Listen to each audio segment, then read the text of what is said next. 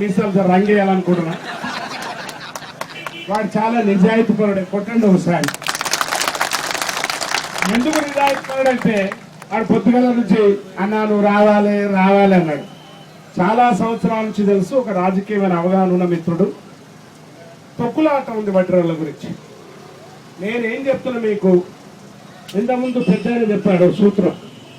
ఆ సూత్రాన్ని మీరు అంబేద్కర్ను, మురళీకృష్ణను వినాలి. వినకపోతే మీరు సక్సెస్గా అమ్మ నువ్వు ఎన్నుకోండి. మీరేమనాలి, మనకేం మిగిలేరు అంటే కన్నీళ్లు మిగిలేరు అనాలి. ఏమనాలి? ఏం మిగిలాయి? మనకేటి మిగిలేరు సప్పట్టు కూడా లేరే. పాట పాడకముందే కొట్టక కైలు పెట్టి మనకేటి మిగిలేరు మనకేటి మిగిలేరు బండలు కొట్టినోడ వస్తావా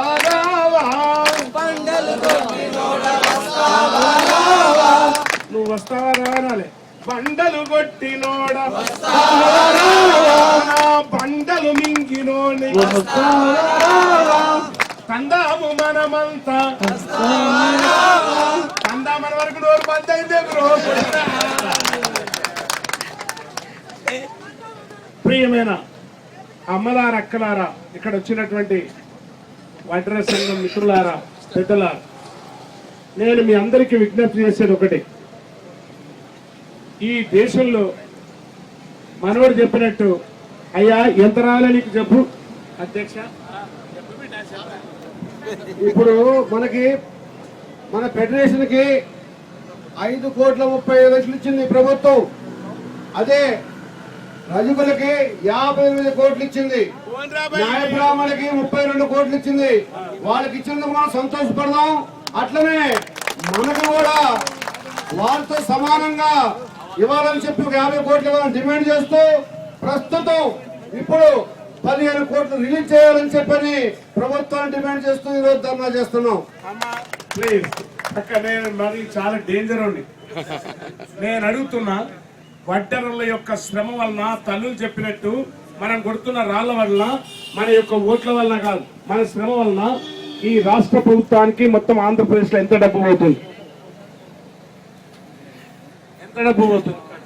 కోట్ల రూపాయలు పోతుంది. ఎన్ని కోట్లు చెప్పు? వేల కోట్లు. వేల కోట్లు. ఎన్ని పోతున్నాయి? వేల కోట్లు.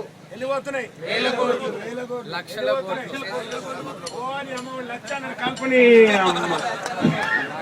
కొన్ని వేల కోట్లు పోతుంది. నిజంగానే మన దానికి ఎవడు విలువ కట్టడు.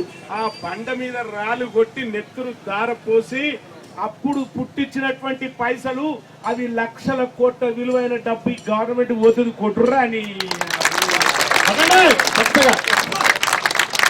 ఈ లక్షల కోట్ల వాటలో ఈ ప్రజలకు వెళ్తున్నటువంటి లక్షల కోట్ల ప్లాట్లలో వాళ్ళు అడుగుతుంది